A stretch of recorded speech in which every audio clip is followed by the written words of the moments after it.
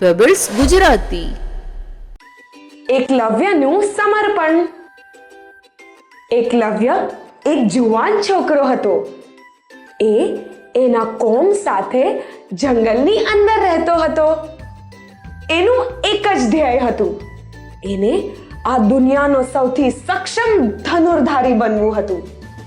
એને ગુરુ દ્રોણાચાર્યનો શિષ્ય બનવું હતું. જ્યારે એણે પૂછ્યું ત્યારે ગુરુ દ્રોણાચાર્યએ ના પાડી દીધી, કારણ કે નીચલી કોમનો હતો.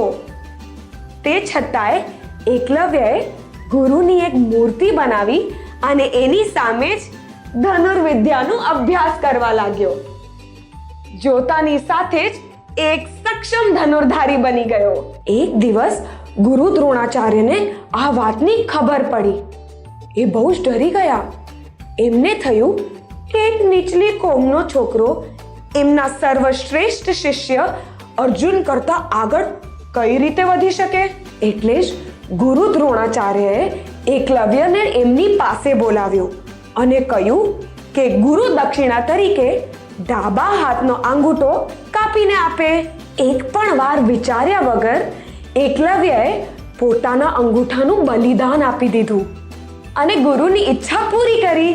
એ દિવસ પછી એકલવ્ય એક સર્વશ્રેષ્ઠ ધનુર્ધારી ન બની શક્યો. પણ આજ દિવસ સુધી એકલવ્ય એની ગુરુ દક્ષિણા માટે વખણાય છે અને બધા જ એની સૌથી સારા શિષ્ય હોવાની પ્રશંસા કરે છે. શીખ. આ વાર્તાથી આપણને એ શીખ મળે છે કે આપણે હંમેશા આપણા ગુરુનું આદર કરવું જોઈએ અને એક સારા શિષ્ય બનીને રહેવું જોઈએ. હાથીનું દોરડું. કેરલાના એક નાના ગામડામાં હાથીઓનું શિબિર હતું. ત્યાં બહુ બધા હાથીઓ હતા અને હાથીઓના બચ્ચા પણ હતા. એક દિવસ એક પ્રવાસી શિબિર પાસેથી પસાર થઈ રહ્યો હતો. એણે જોયું કે એક પણ હાથી પિંજરાની અંદર ન હતો અને હાથીઓને સાંકળથી બાંધેલો પણ ન હતો. બસ એક જ વસ્તુ જે એમને બહાર જવાથી રોકી રહી હતી એ હતું એમના એક પગથી બાંધેલું એક નાનકડું દોરડું.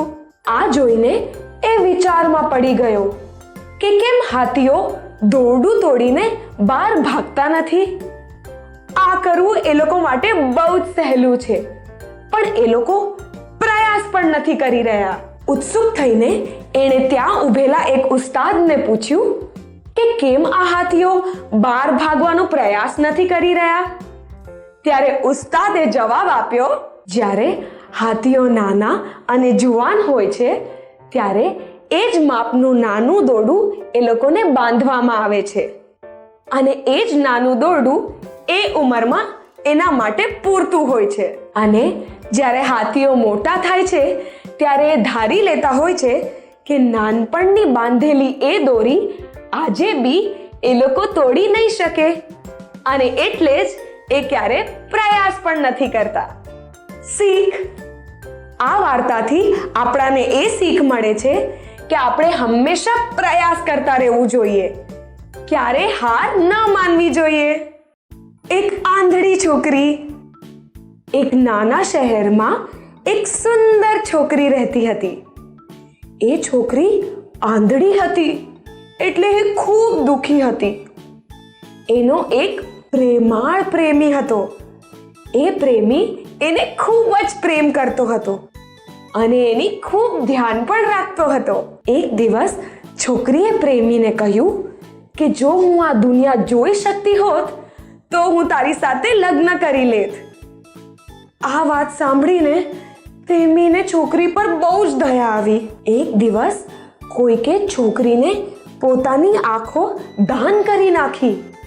ઓપરેશન થયા બાદ છોકરી બધું જ જોઈ શકતી હતી. એ પોતાના પ્રેમીને પણ જોઈ શકતી હતી. બંને જણા બહુ જ ખુશ હતા. પ્રેમીએ પૂછ્યું, હવે તો તું આખી દુનિયા જોઈ શકે છે, તો શું તું મારી સાથે લગ્ન કરીશ?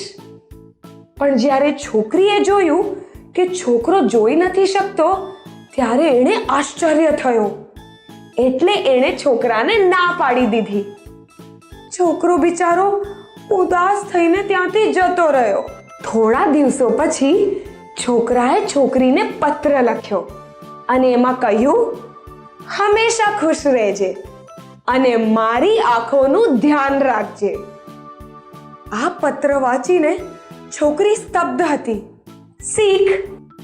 આ વાર્તાથી આપણાને એ શીખ મળે છે કે સાચું પ્રેમ કરનાર વ્યક્તિને હંમેશા આદર કરવું જોઈએ. પિતા અને એની દીકરી. ફેસલો.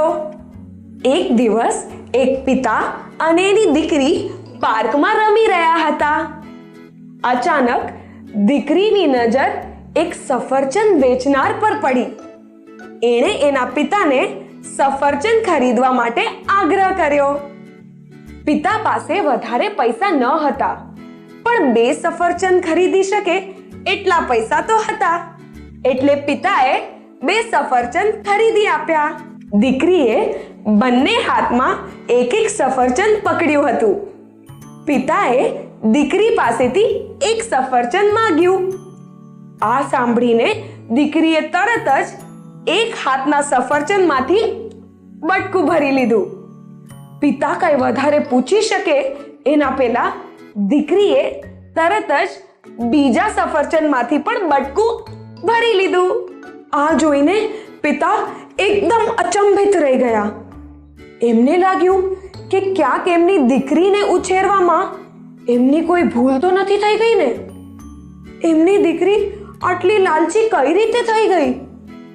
પિતા એકદમ દુખી થઈ ગયા અને ત્યારે જ દીકરીએ 1 સફરજન પિતાને આપીને કહ્યું કે પપ્પા, તમે આ સફરજન ખાઓ.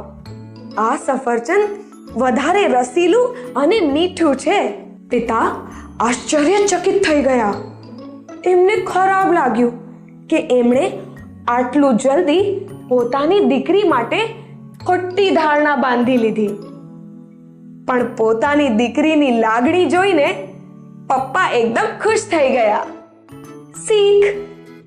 આ વાર્તાથી આપણાને એ શીખ મળે છે કે કોઈ પણ વાતની ધારણા બાંધવા પહેલા આપણે વિચારી લેવું જોઈએ.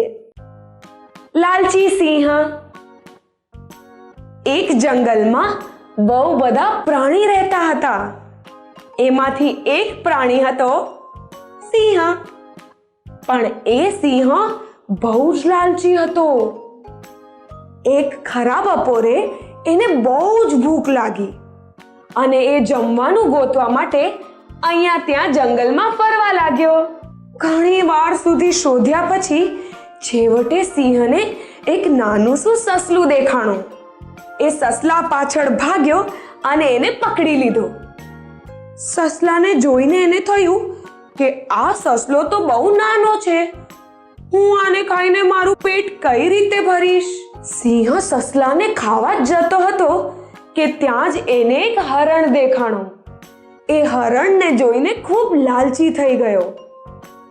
એણે વિચાર્યું કે આ નાના સસલાને ખાવા કરતા હું આ હરણને ન ખાઉં. એટલે એણે નાના સસલાને જવા દીધો અને હરણ પાછળ દોડ્યો. ઘણી વાર સુધી સિંહ હરણ પાછળ દોડ્યો. હરણ ભાગી ગયો અને જંગલમાં અદૃશ્ય થઈ ગયો. સિંહને બહુ જ પછતાવો થયો. એણે વિચાર્યું કે એને એક નાનકડા સસડાને ખાઈ લેવું જોઈતું હતું. એની લાલચના કારણે એને એ દિવસે ભૂખ્યા રહેવું પડ્યું. શીખ. આ વાર્તાથી આપણાને એ શીખ મળે છે કે લાલચ રાખવું ખોટી વાત છે. જેટલું મળે એટલામાં સંતુષ્ટ રહેવું જોઈએ. સિંહ અને મધમાખી. એક દિવસ એક સિંહ પોતાની ગુફાની બહાર શાંતિથી સૂતો હતો. અચાનક એક મધમાખી આવી અને એના આજુબાજુ ગુનગુનાવા લાગી. સિંહને ગુસ્સો આવ્યો અને એણે દહાડ માર્યો. મધમાખીએ હસતા હસતા કહ્યું, હું તારાથી ડરતી નથી. તું હશે આ જંગલનો રાજા, પણ હું તારા કરતા વધારે શક્તિશાળી છું.